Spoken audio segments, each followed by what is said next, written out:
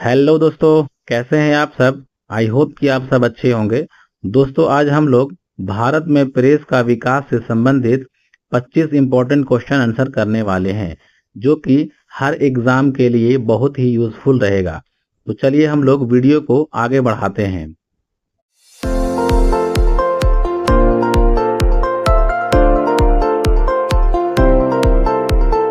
सबसे पहले हम लोग भारत में प्रिंटिंग के बारे में कुछ जानकारी ले लेते हैं।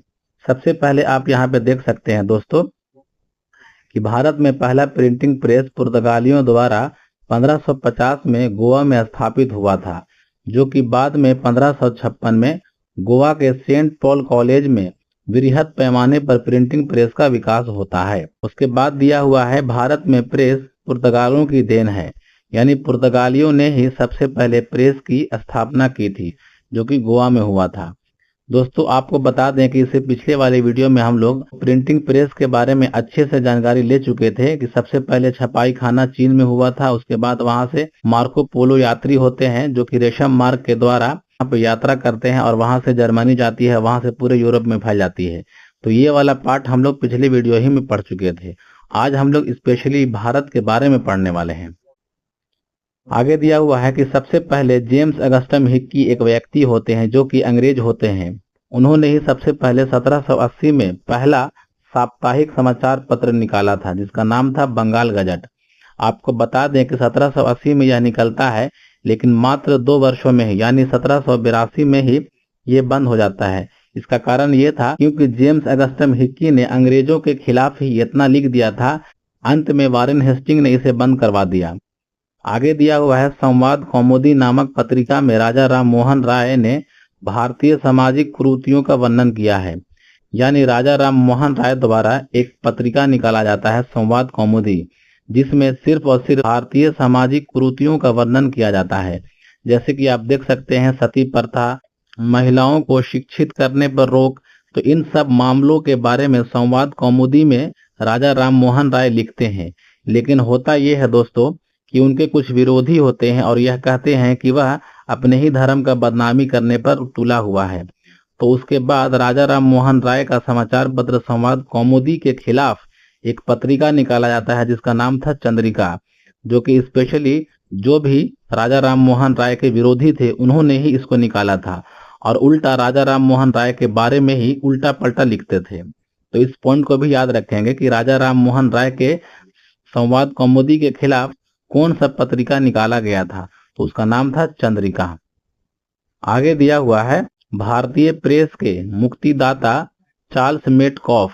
यानी आपको बता दें कि एक समय ऐसा आता है भारत में जितने भी पत्र छप रहे थे उन पर रोक लग जाता है। लेकिन 1835 से लेकर के 1836 तक एक लॉर्ड आते हैं, जिसका नाम था चार्ल्स मेटकॉफ। जितने भी समाचार पत्र पर प्रतिबंध लगे हुए थे उन सब पर से हटा देते हैं।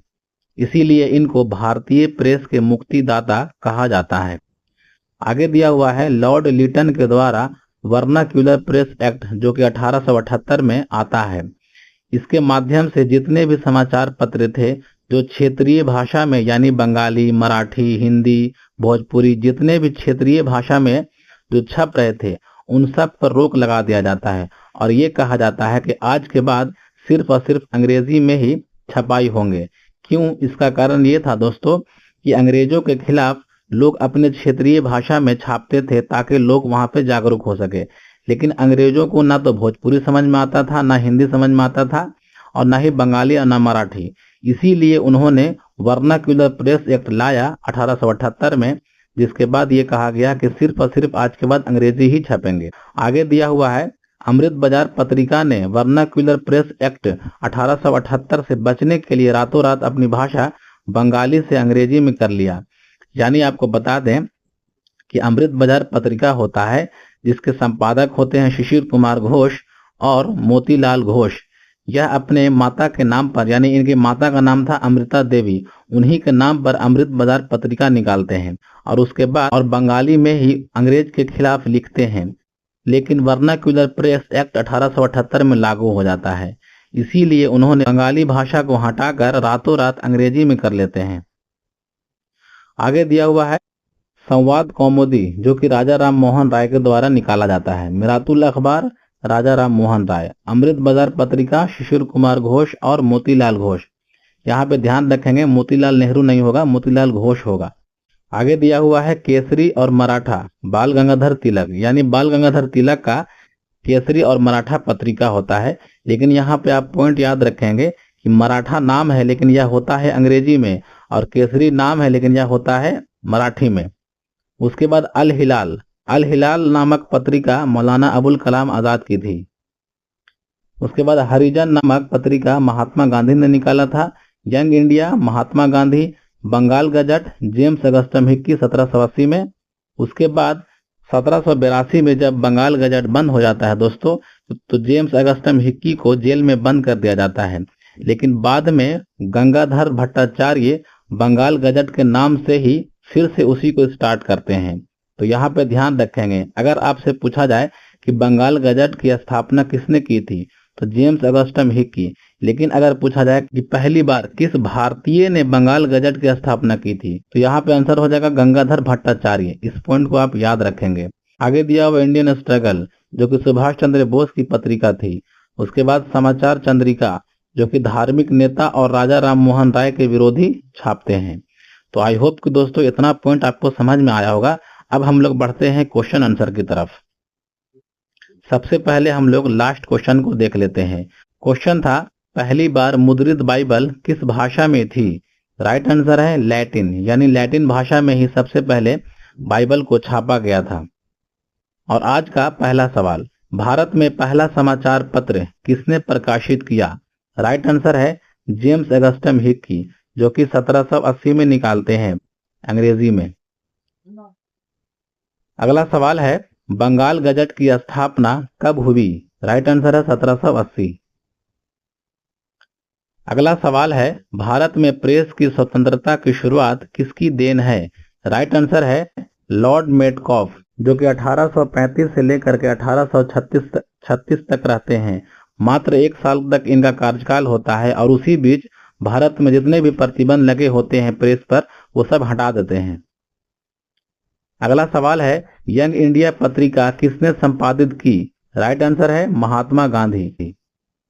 अगला सवाल है केसरी और मराठा समाचार पत्रों की स्थापना किसने की थी? राइट आंसर है बाल गंगाधर तिलक। केसरी जो कि मराठी में होता है और मराठा जो कि अंग्रेजी में होता है। यहाँ पे आप देख सकते हैं केसरी जो कि मराठी में है और मराठा जो कि अंग्रेजी में है। तो इसे आप याद रखेंगे। बहुत सारे स्टूडेंट कंफ्यूज में रहते हैं कि मराठा है तो मराठी होगा, लेकिन ऐसा नहीं है। मराठा नाम है लेकिन है ये अंग्रेजी में। अगला सवाल है अमृत बाजार पत्रिका किस भाषा में शुरू हुई थी? इसका राइट आंसर है बंगाली, यानी बंगाली में शुरू हुआ था लेकिन बाद में यह अंग्रेजी में छपने लगता है। अगला सवाल है हिंदू समाचार पत्र की स्थापना किस वर्ष हुई? राइट आंसर है 1881 जी सुब्रमण्यम अय्यर के द्वारा। अगला सवाल है संवाद कौमुदी किसके द्वारा प्रकाशित किया गया था? राइट आंसर है राजा राम मोहन राय, और यह निकाले थे 1821 में। इसमें सिर्फ और सिर्फ सामाजिक कुप्रथाओं के बारे में वर्णन होता था। अगला सवाल है किस भारतीय समाचार पत्र ने 1857 के विद्रोह की सूचना दी थी? राइट आंसर है दिल्ली उर्दू अखबार। अगला सवाल है राष्ट्रीय हेराल्ड, जिसको नेशनल हेराल्ड भी कहा जाता है, यह समाचार पत्र की स्थापना किसने की? राइट आंसर है जवाहरलाल नेहरू। यहाँ पे आप देख सकते हैं कि 1938 में नेशनल हेराल्ड निकालते हैं जवाहरलाल नेहरू। अगला सवाल है वर्नाक्यूलर प्रेस एक्ट किसने पारित किया था? राइट आंसर है लॉर्ड लिटन, जो कि 1878 में आता है। लेकिन बाद में इनके बाद लॉर्ड रिपन आते हैं जो कि वर्नाक्यूलर प्रेस एक्ट हटाकर रद्द कर देते हैं। यानी वर्नाक्यूलर प्रेस एक्ट को लागू किया था लिटन ने और रद्द किया था रिपन ने। इस पॉइंट को याद रखेंगे। अगला सवाल है हरिजन समाचार पत्र का प्रकाशन किसने शुरू किया? राइट आंसर है महात्मा गांधी, जो कि 1933 में होता है। अगला सवाल है प्रेस पर सेंसरशिप किसके समय में लगाई गई थी? राइट आंसर है लॉर्ड वेलेजली, यानी इससे पहले कोई भी कुछ भी छाप देता था, इसीलिए वेलेजली सेंसरशिप लाते हैं और उसके बाद सेंसरशिप के माध्यम से पुस्तक या पत्रिका छपता था। अगला सवाल है, मिरातुल अखबार किसके द्वारा प्रकाशित किया गया था? राइट आंसर है राजा राम मोहन राय। दोस्तों आपको बता दें कि राजा राम मोहन राय संस्कृत, उर्दू, अरबी, हिंदी, बंगाली काफी सारे लैंग्वेज में इनको महारत हासिल था, इसीलिए इनको भारत के अग्रदूत भी कहा जाता है। अगला सवाल है, भारत में पहला प्रिंटिंग प्रेस किसके द्वारा स्थापित किया गया था? राइट आंसर है पुर्तगालियों के द्वारा, जो कि 1556 में छपता है गोवा के सेंट पॉल कॉलेज में। अगला सवाल है, किस वर्ष में सेंट पॉल कॉलेज गोवा में वृहद पैमाने पर प्रिंटिंग प्रेस का विकास हुआ? राइट आंसर है 1556।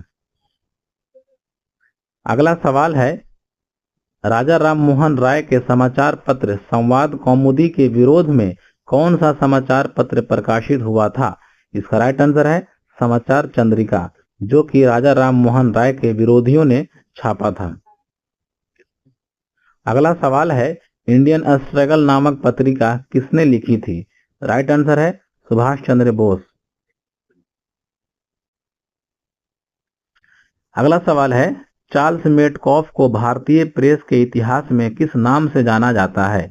राइट आंसर है भारतीय प्रेस के मुक्तिदाता। अगला सवाल है, मिरातुल अखबार नामक पत्रिका किसने प्रकाशित की थी? राइट आंसर है राजा राम मोहन राय, जो कि 1822 में आता है। अगला सवाल है, मौलाना अबुल कलाम आजाद ने किस पत्रिका का प्रकाशन किया था? राइट आंसर है अल हिलाल, जो कि 1912 में आता है और यह कलकत्ता से छपता था। अगला सवाल है, किस पत्रिका ने वर्नाक्यूलर प्रेस एक्ट से बचने के लिए रातों रात अपनी भाषा बंगाली से अंग्रेजी कर लिया था? इसका राइट आंसर है अमृत बाजार पत्रिका। अगला सवाल है, वर्नाक्यूलर प्रेस एक्ट किस वर्ष में पारित हुआ था? इसका राइट आंसर है 1878, जो कि लॉर्ड लिटन करते हैं। अगला सवाल है, जेम्स अगस्टम हिक्की द्वारा प्रकाशित बंगाल गजट किस प्रकार की पत्रिका थी? राइट आंसर है साप्ताहिक, यानी सप्ताह में मात्र एक बार आता था और यह सबसे पहले अंग्रेजी में निकला था। इस पॉइंट को भी याद रखेंगे। कई बार ये पूछा जाता है दोस्तों कि कौन सा पत्रिका किस भाषा में निकलता है, तो इससे भी सवाल पूछा जाता है, तो इस पॉइंट को याद रखेंगे। और आज का लास्ट सवाल, न्यू इंडिया एंड कॉमनवेल्थ नामक समाचार पत्र किसकी थी? इस सवाल का जवाब आपको कमेंट में देना है दोस्तों। और आज के लिए बस इतना ही, मिलते हैं हम लोग फिर अगले वीडियो में कुछ नए टॉपिक को लेकर।